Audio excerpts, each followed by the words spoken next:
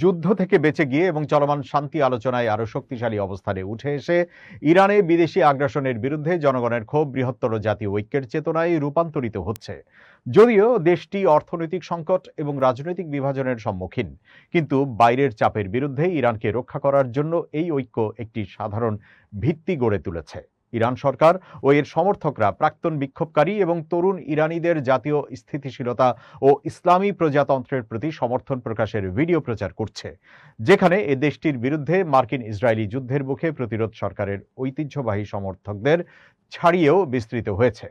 কয়েক সপ্তাহ ধরে অনলাইনে এমন ভিডিও প্রকাশিত হচ্ছে যেখানে যুদ্ধের পর হিজাব বিরোধী বিক্ষোভকারীদের যুক্তি দিতে দেখা যাচ্ছে যে ইসলামী প্রজাতন্ত্রের কোনো বিকল্প নেই।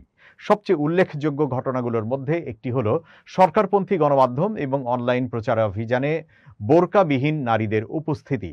যদিও দেশটিতে হিজাব আইনত বাধ্যতামূলক এবং এর লঙ্ঘনের জন্য এখনো শাস্তি হতে পারে, তবে এখন অনেকেই এই নিয়ম অমান্য করছেন এবং তেহরান ও গ্রামীণ শহরগুলোর রাস্তায় পর্দাবিহীন নারী একটি সাধারণ দৃশ্যে পরিণত হয়েছে। অন্য ভিডিওগুলোতে দেখা গেছে যারা একসময় ইরানের ধর্মতান্ত্রিক সরকারের সমালোচনা করত, সেই বিদ্রোহী আধুনিক তরুণ সমাজ নতুন সর্বোচ্চ নেতা আয়াতুল্লাহ মুস্তফা খামেনিকে প্রশংসা করছে।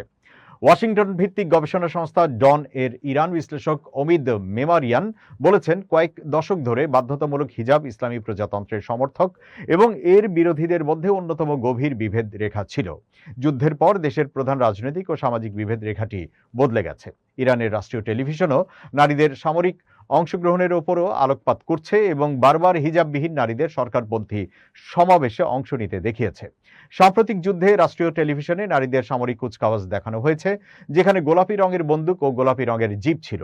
কিছু সমর্থক এই ছবিগুলোকে 2022 সালে মাহসা আমিনীর মৃত্যুর পর সৃষ্ট অস্থিরতার পরবর্তী জাতীয় পুনর্মিলনের প্রমাণ হিসেবে উপস্থাপন করেছেন, যা দেশটিতে নারী জীবন স্বাধীনতা আন্দোলনের জন্ম দিয়েছিল।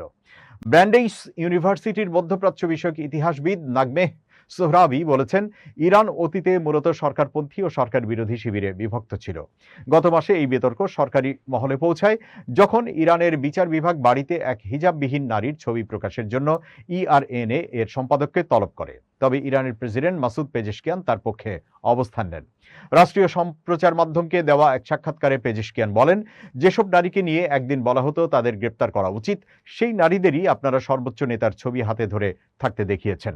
আমাদেরকে পার্থক্যগুলো মেনে নিতে হবে এবং এসব পার্থক্যকে শত্রুতাপূর্ণ হিসেবে দেখা উচিত নয়। মেমারিয়ান বলেন, অতীতে বাধ্যতামূলক হিজাব নিয়ে ইরানিদের অবস্থান প্রায় সামাজিক স্বাধীনতা সম্পর্কে তাদের দৃষ্টিভঙ্গির প্রতিফলন ছিল, কিন্তু এখন যুদ্ধের বিরুদ্ধে নিজেদের পাশে দাঁড়ানো মানুষের ক্ষেত্রে সরকারের অনুগতরা এসব পার্থক্য উপেক্ষা করতে প্রস্তুত।